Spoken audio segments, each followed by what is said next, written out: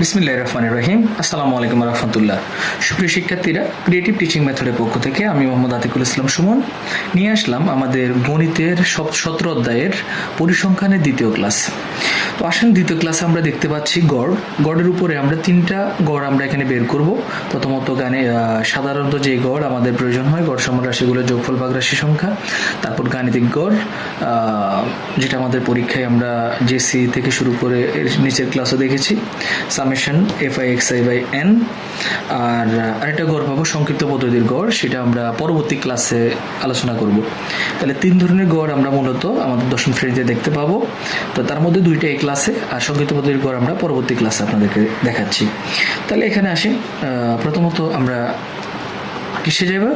রাশিগুলোর যোগফল অর্থাৎ সাধারণ গড়ে।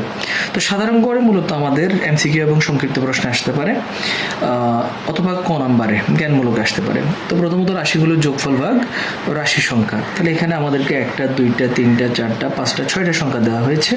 আমরা রাশিগুলোর যোগফল বলতে আমরা সবগুলোকে কি করে দিব? যোগ করে দিব, ভাগ রাশি সংখ্যা। তাহলে 1 2 3 4 5 6 আমরা সবগুলো যোগ করে 6 দিয়ে ভাগ করব। তাহলে এখানে 5 কত আসে আমরা ডিরেক্ট যোগ করে দিতে পারি ক্যালকুলেটারে।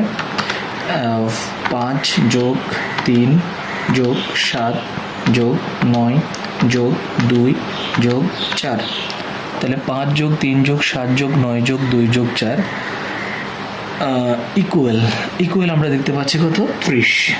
আমরা 30 দেখতে পাচ্ছি। এবার 30 ভাগ 6, ভাগ কত? 6। তাহলে 5 6 30 ইকুয়াল টু কত? 5। তাহলে এটা হচ্ছে যে আমাদের সাধারণ গড়, গড় সমান রাশিগুলোর যোগফল ভাগ রাশি সংখ্যা। দ্বিতীয় গড় যেটা গাণিতিক গড়, যেটা আমাদের পরীক্ষায় আসে। তো গাণিতিক গড়ের সূত্র হচ্ছে যে সামেশন মানে কি আমরা আলাদাভাবে ব্যাখ্যা দিচ্ছি। যোগ করতে হবে, কাকে যোগ করতে হবে? fi আর xi। fi মানে গণসংখ্যা আর xi হচ্ছে মধ্যমান। fi আর xi এর মানকে গুণ করে সামেশন করতে হবে, মানে যোগ করতে হবে।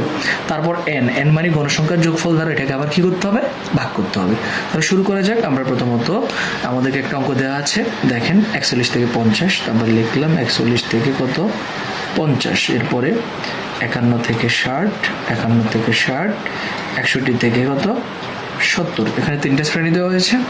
এরপর এগুলো মধ্যমানের সূত্র আমরা আগের বেসিক ক্লাসে শিখেছি। দুটোটা যোগ করে 2 দিয়ে ভাগ। 50 যোগ 41 ভাগ 2। তাহলে 50 যোগ 41 ভাগ 2 সমান 45.5। প্রথমটা বের করার পর আমরা বলছি শুধু শ্রেণীব্যাপ্তি যোগ করে দিলে হবে। 45.5 এর সাথে 10 যোগ করলে, যেহেতু শ্রেণীব্যাপ্তি 10, তাহলে 55.5 অ্যান্ড সর্বশেষ 65.5 কত?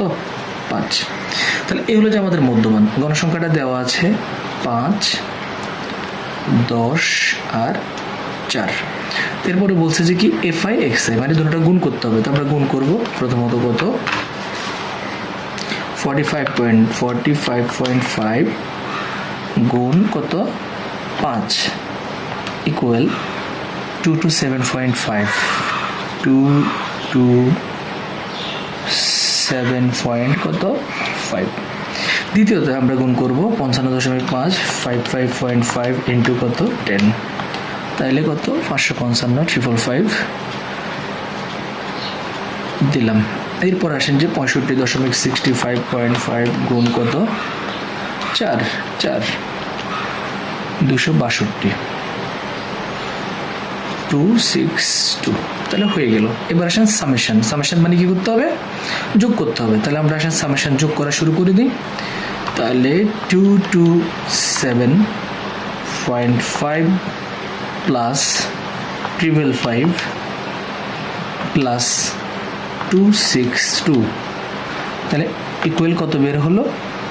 1044.5 1044.5। সামেশন মানে যোগ করা, তাই যোগ করলাম। তাহলে আমরা পেয়ে গেলাম, কি পেয়ে গেলাম? আমরা আমাদের সামেশন fi xi এর মান পেয়ে গেলাম। তাহলে কত? সামেশন fi xi এর মান আমরা পেলাম 1044.5। এরপর n মানে গণসংখ্যার যোগফল। এখানে গণসংখ্যার যোগফল কত? 10 আর 5 15, 15 আর 4 কত? 19। তাহলে আমরা এটাকে 19 দ্বারা কি করে দিব? ভাগ করে দেব। তাহলে ভাগ কত? 19। 1044.5 ভাগ 19 ইকুয়াল আমরা পেয়ে গেলাম 54.97 54.97। তাহলে এই হচ্ছে যে শিক্ষার্থীরা আমাদের গাণিতিক গড়। আশা করি বুঝতে পেরেছেন। আমরা গড়ের পার্ট 1-এ মানে ক্লাস 1-এ আমরা অলরেডি শুধু গড় এবং গাণিতিক গড় আলোচনা করেছি। পরবর্তী ক্লাস নিয়ে আসবো আমরা সংক্ষিপ্ত পদ্ধতি গড়ের উপরে। ততক্ষণ পর্যন্ত সাথে থাকবেন। আল্লাহ হাফিজ। আসসালামু আলাইকুম ওয়া রাহমাতুল্লাহ।